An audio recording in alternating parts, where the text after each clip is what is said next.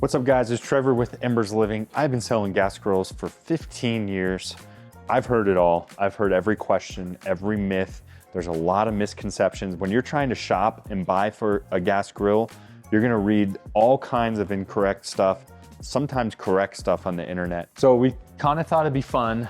Alex got with the sales staff here. He's got all the questions. I don't even know what questions he's asking. This is gonna be super natural, off the cuff. I'm just gonna tell you true or false and elaborate why based on the questions he has. You ready? Let's do it. First myth is gas grills require little or no maintenance. I would actually say that is true.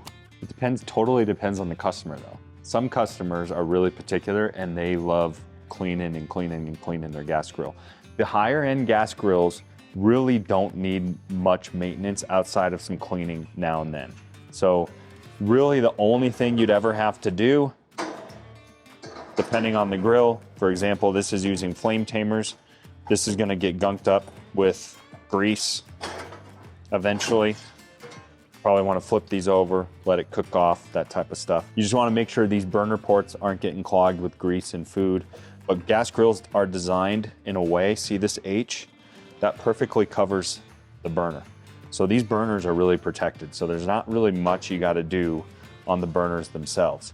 And most gas grills now have really good grease management systems.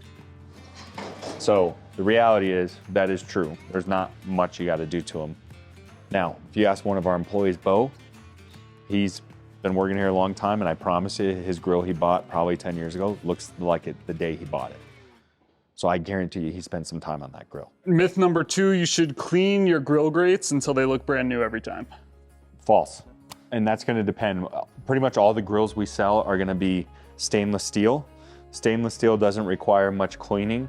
I do think once they're hot, what I like to do is, let's say your burners are on and you're done with your cook while it's really, really hot. I like to get them as hot as possible, take a really good high quality grill brush, hit them once just to get the food and debris, but they do not have to be spotless, no. Now I will say cast iron grill grates require more maintenance, so that's something to think about it with cast iron, but stainless steel, no. Don't forget, if you're in the market for a gas grill, hit up Embers Living. Give us the first stab at the business. We really appreciate when you help us out. Hopefully you're learning a lot from these videos and you purchase from us. Gas grills only use propane or natural gas for cooking. False.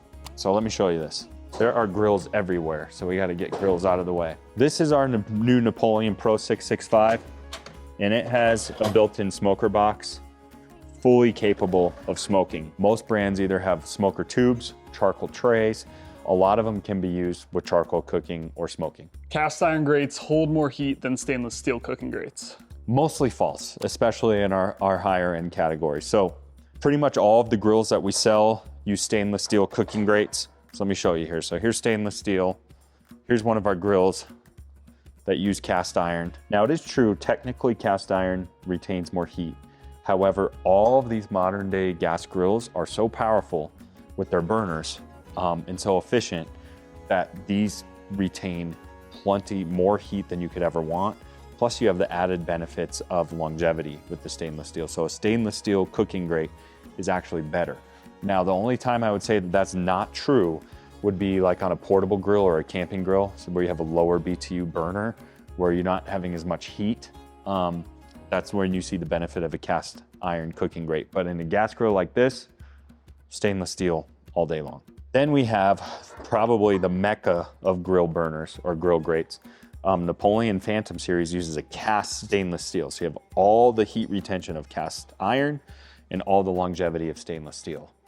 That's as good of a cooking grate as it gets right there. Stainless steel means it's not gonna rust. False. And that's gonna be more climate based and the quality of stainless steel. A lot of the good grills here on our showroom, pretty much everything we sell is 304 stainless steel, which for 90% of the country is not gonna rust. Like even this is all 304 stainless and you can tell by using magnets. Is there any magnets around here? Who's got a magnet? You're wearing a magnet. I am wearing a magnet. So there's something a little sticky in here. Must be the lined hood. Oh yeah, the lining on the interior of the hood. But on the exterior, you're at 304 stainless. So 304 stainless steel. That's a little cheater test that you can do. Anyways, 304 stainless steel for 90% of the country will not rust. That is true. You're on a beach house in Miami, you might have problems. So then we're gonna go to like a 316 marine grade stainless steel, which are luxury grills. Those burners are made out of that anyways, because even 304 stainless, repeated exposure to grease and gunk and all that could rust those out long term. More flame equals more flavor. False, especially with gas. There could be an argument with charcoal. Usually more flame means more flare up. So I actually think too much flame creates an inferior cooking experience. So for me, it's all about even heat. It's not about more fire. So we can achieve hotter temperatures. The best grills on the market can achieve hotter temperatures with less fire. I think more flame is actually a problem. Okay, what about higher BTUs mean a better grill? Also false. Let me show you. So it means you're gonna have a hotter grill. That is true. Blaze, this is like their H burner. This is a higher BTU. See a lot more burner ports, much hotter burner, cast stainless burner, really, really good, high quality. Definitely hotter. But a hotter burner is only as good as the design, because to my last question, if it's just ripping out of control, it doesn't create a better cooking experience, because that's what we're after with all of these grills, is really the best cooking experience. And so I'm not dogging on Blaze. They actually do a really good job of controlling that burner. But you want to be able to harness that power, if that makes sense. So just throwing a higher BTU burner in a grill is only as good as the grill design. Infrared burners cook too hot. False. Now it is true on some that is true. So for example, some will do like a sear station, and then their infrared burner is going to be here, and this is going to be like your hot zone. Now on some, they don't have turn down ability. I don't know if I'm saying that right, but this thing could rip at 1200 degrees and it's never really going to cool down.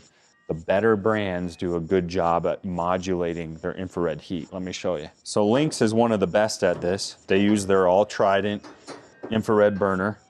So it is true they get up around 1000 degrees or so, but they turn all the way down to 300. So you can cook low and slow or hot and fast. So that is false when you get into the upper end grills. They know how to do it. And I think infrared heat's one of the best ways to cook, because you can see there's no grease diverters or anything in front of these. These just do a really, really good job at reducing flare-up, mitigating flare-ups, and controlling temperature really, really well. What about all grill heads are interchangeable from built-in to freestanding? False. Basically, the more affordable we go, the less likely that that's interchangeable. So like on a basic Napoleon Rogue, this is a cart model and there's no getting around that ever.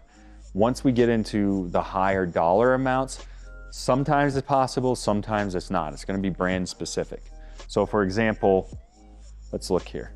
This Blaze grill. This is a 32-inch built-in head, okay? And then we buy a cart accessory separate and it slides in. So in theory with this grill, you can put it on a cart. A couple years later, you build an outdoor kitchen. You could slide this off, build it into an outdoor kitchen. That is gonna be true on a lot of the higher end grills, but not all of them. So you have to make sure to let us know so we can help you pick the right one if that's what you're after. High-end gas grills are only about looks. I'm gonna say false on that. So it is true. I think when we're getting into like the $10,000 plus category, I mean, look at these two. There is no doubt. Would you say they're the two best looking grills in our store? I think so. Absolutely. So there is some truth to that. Like if you're gonna spend 10 G's on a grill, like you want it to look good. And it is true, they do look better, but you are paying for more than that. So when we're in this price category, nothing is overseas, all right? Everything's made here in the United States. We're talking like really, really good spring assisted hood systems, right? Hidden rotisserie motors. So neither one of these grills have chunky rotisserie motors. They're all hidden and built into the grill. Usually heavier duty cooking grates, heavier duty burners, better, more even cooking temperatures, laser cut grates, really well thought out, really well engineered type products, lighting galore. So more vertical space in the grill. So a lot more raw materials being used, a lot higher quality materials being used, and a lot more functionality going on in the grill. And then just as an added bonus, if I'm gonna spend that kind of money, it might as well look good, right? More burners always means better. Not necessarily. Usually more burners is gonna dictate the size of the grill. So 42-inch grill head is our most popular size in our luxury space. Those are usually 4 burners. They're big, beefy burners. I wouldn't say it's necessarily better. That's just gonna be a size requirement on how many people you need to cook for. Side burners on a gas grill are useless. Totally false. Again, we have our friends at Weber to thank for that. Weber has basically taught the masses that side burners are useless, and it is true. Weber side burner is completely useless. Let me show you some. Napoleon uses an infrared side burner, so that gets 1800 degrees, and it can be used for pots and pans or for searing steak. I'd argue when I have this grill, I actually have one of these at home right now I'm using, while I'm waiting for my outdoor kitchen to be built. I use this almost predominantly for all my searing. So totally false, depending on if you get a grill that has a good side burner. If you're doing something built-in, the built-in double side burners, if you're doing something a little higher quality, those have enough BTUs to be powerful enough to use. But even in a little tip in an outdoor kitchen, if I was doing a side burner, I would make sure I'm configuring a side burner with an infrared if my gas grill doesn't have infrared already. Rotisseries are useless.